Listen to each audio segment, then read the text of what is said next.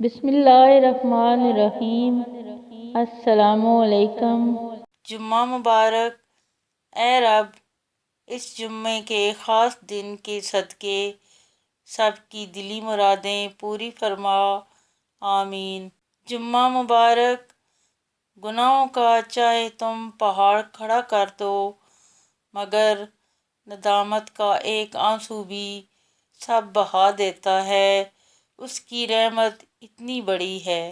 نبی اکرم صلی اللہ علیہ وآلہ وسلم نے فرمایا، تم اللہ کی طرف رجوع کرنے کے لیے قرآن سے بڑھ کر کوئی اور ذریعہ نہیں پا سکتے۔ رسول اللہ صلی اللہ علیہ وآلہ وسلم نے ارشاد فرمایا، اپنی عورتوں کو سورۃ واقعہ سکھاؤ، کیونکہ یہ محتاجی کو دور کرنے والی سورت ہے۔ ہم رزق کو نہیں، رزق ہمیں تلاش کرتا ہے۔ نبی کریم صلی اللہ علیہ وآلہ وسلم کا فرمان ہے، بلا شبہ انسان کا رزق اس کو موت سے بھی زیادہ شدت سے تلاش کرتا ہے۔ نبی کریم صلی اللہ علیہ وآلہ وسلم نے فرمایا، جس نے جس چیز کے ساتھ خودکشی کی، اللہ تعالیٰ اسے دوزخ کی آگ میں اسی چیز کے ساتھ عذاب دے گا۔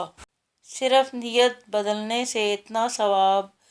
رسول اللہ صلی اللہ علیہ وآلہ وسلم نے فرمایا، تمہیں ہر اس خرچ پر ضرور اجر دیا جائے گا جس سے تمہارا مقصد اللہ کی رضا ہو، حتیٰ کہ اس لقمے پر بھی تمہیں اجر ملے گا جو تم اپنی بیوی کے منہ میں ڈالو۔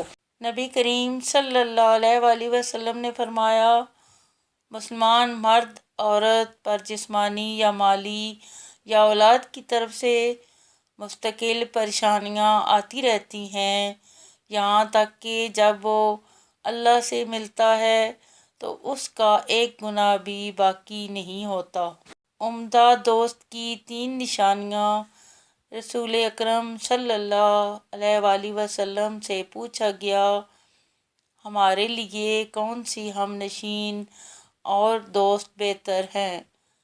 رسول اللہ صلی اللہ علیہ وآلہ وسلم نے فرمایا، نمبر 1، جسے دیکھ کر تمہیں اللہ کی یاد آئے۔ نمبر 2، جس کی گفتگو تمہارے علم میں اضافے کا سبب بنے۔ نمبر 3، اور جس کے اعمال تمہیں آخرت کی یاد دلائیں۔